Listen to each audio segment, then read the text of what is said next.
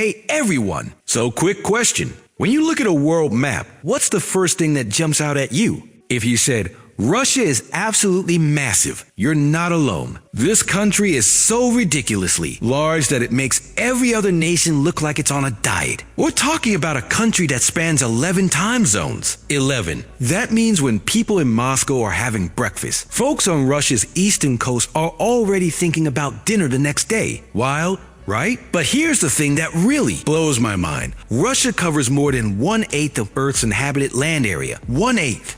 To put that in perspective, Russia is bigger than Pluto. Yeah, the dwarf planet. Russia has more surface area than Pluto. Let that sink in for a second. You could fit the entire United States inside Russia almost twice. You could throw in all of Europe, and there'd still be room left over. So the question we're diving into today is, why is Russia so damn big? And trust me, the answer is way more interesting than you might think. Let's start with the basics. Russia covers approximately 6.6 million square miles. To give you a sense of scale, that's about 17 million square kilometers if you prefer metric. The continental United States, by comparison, is about 3.1 million square miles. So yeah, Russia is literally double the size of America. And get this, despite being absolutely enormous, Russia only has about 146 million people. The US has over 330 million crammed into half the space. So Russia is this giant sprawling country that's actually kind of empty.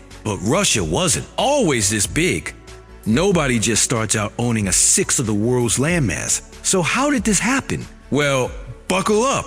Because we're about to take a trip through one of history's most impressive expansion stories, let's rewind to the 1500s.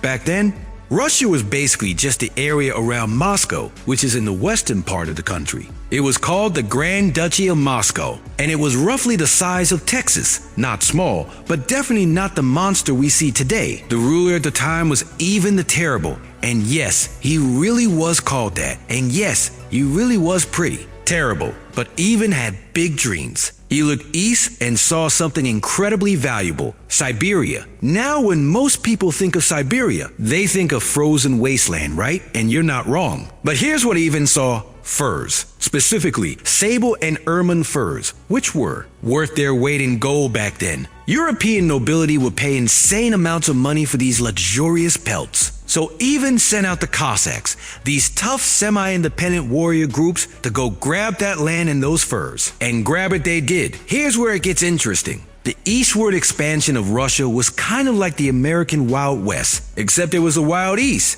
And it was even wilder. The Cossacks would establish small forts and trading posts, pushing further and further into Siberia. And here's the key thing: there wasn't much resistance. The indigenous peoples of Siberia were mostly small, scattered tribes without centralized governments or large armies. So the Russians just kept going and going and going. By 1639, less than a century after Ivan's conquest began, Russian explorers reached the Pacific Ocean. Think about that. In less than 100 years, they went from Moscow to the Pacific. That's like going from New York to Los Angeles, except imagine there are no roads.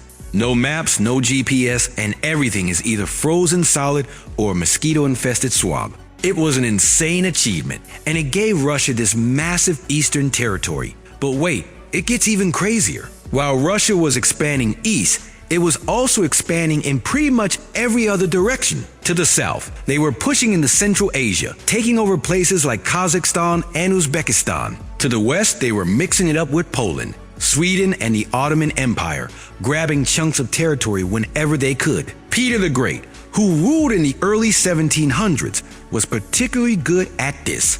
He fought a war with Sweden for over 20 years just to get a piece of Baltic coastline so Russia could have better access to European trade. That's dedication.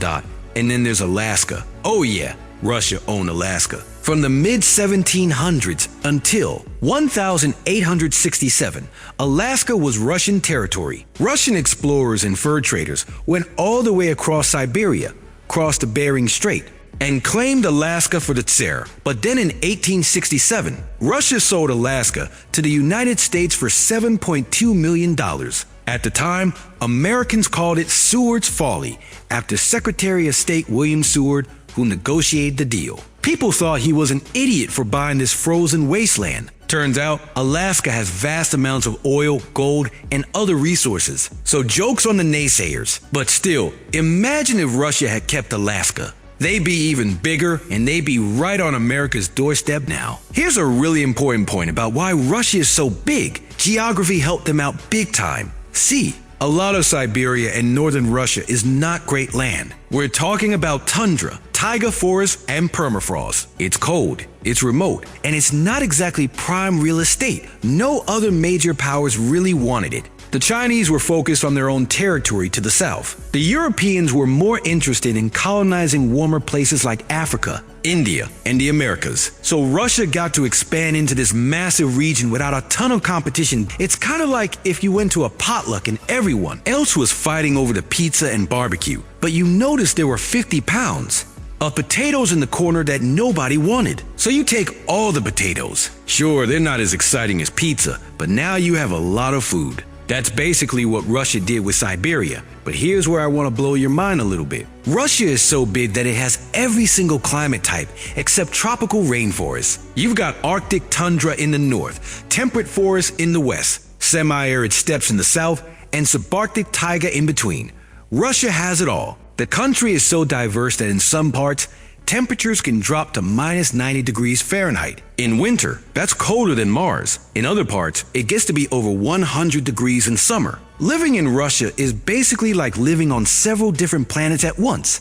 Now, let's talk about the Soviet era, because that's when Russia's borders really solidified into what we see today, when the communists took over in 1917 and formed the Soviet Union. They didn't just control Russia. They controlled a bunch of surrounding territories: Ukraine, Belarus, the Baltic states, the Caucasus region, and all those Central Asian countries. The Soviet Union was even bigger than modern Russia, covering about 8.6 million square miles. It was the largest country in history, but then in 1991, the Soviet Union collapsed. And when it did, all those other republics became independent countries. Ukraine became its own nation. So did Kazakhstan, Georgia, Estonia, and a dozen others. Modern Russia is what was left over after that breakup. And even after losing all that territory, Russia is still the biggest country on Earth. That's how massive the Soviet Union was.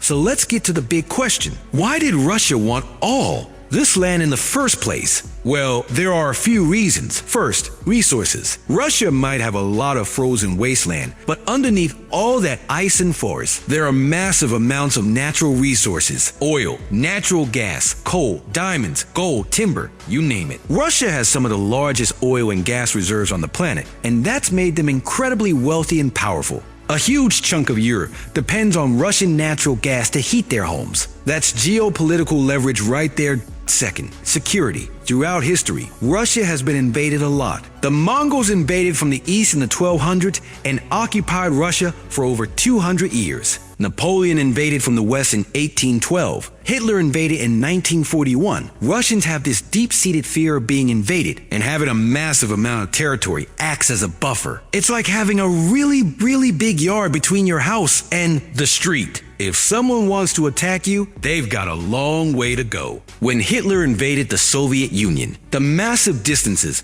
and harsh Russian winter played a huge role in defeating the Nazis. Third, ports and trade routes. A lot of Russia's expansion was about getting access to warm water ports. See, most of Russia's northern coastline is frozen for a good chunk of the year, which makes trade pretty difficult. So Russian leaders spend centuries trying to expand south and west to get ports that don't freeze over. That's why they fought all those wars with the Ottoman Empire over the Black Sea, and why they wanted access to the Baltic Sea. Trade equals money and power. But here's the irony of Russia being so massive, it's actually kind of a problem. Yeah, having all that land sounds awesome, but it comes with some serious challenges. For one thing, most of that land is incredibly difficult to live on or develop. The infrastructure is terrible in huge parts of the country. There are entire regions where the ground is permanently frozen, so you can't build roads or buildings that will last. During the summer thaw, roads turn into mud pits. It's a logistical nightmare. Also, the population is super unevenly distributed.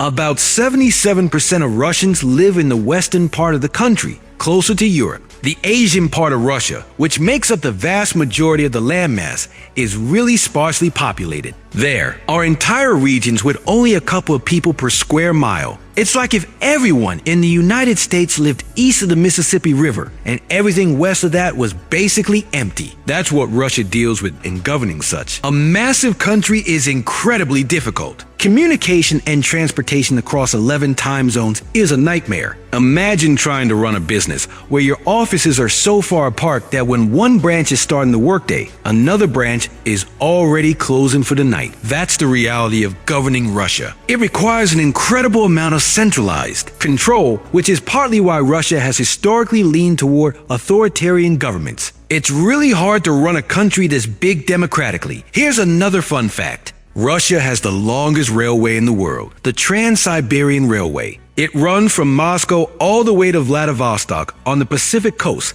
covering over 5,700 miles. If you took that train for the entire journey, you'd be traveling for about 7 days straight. 7 days on a train. That's how big Russia is. You could travel for a full week and still be in the same country. Americans complain about long road trips from coast to coast, but at least you can drive from New York to LA in 4 or 5 days. Russia's on a whole different level, so let's wrap this up. Why is Russia so damn big? It's a combination of historical expansion driven by ambitious rulers, the pursuit of valuable resources like furs, oil, and gas, geographic luck that gave them access to massive territories that other powers didn't really want, and a strategic need for security buffers against invasion. Russia spent centuries pushing outward in every direction, and the result is the largest country on Earth. But being big isn't always easy. Russia's size creates enormous logistical, economic, and political challenges. It's a country of extremes. Extreme cold, extreme distances, extreme diversity. It's both a blessing and a curse. The vast territory gives Russia enormous resources and geopolitical power, but it also makes the country difficult to govern, develop, and unify. Thoughts are the next time you look at a map and see Russia taking up what seems like half the world, you'll know it didn't happen by accident. It's the result of centuries of exploration, conquest, and expansion by people who looked at the frozen wilderness and said, yeah, we'll take that. And take it they did. Thanks so much for watching. If you enjoyed this deep dive into why Russia is so massive, make sure to hit that like button and subscribe for more fascinating geography and history content. And hey, drop a comment below. What other countries or geographic mysteries do you want me to explore? I'll see you in the next video.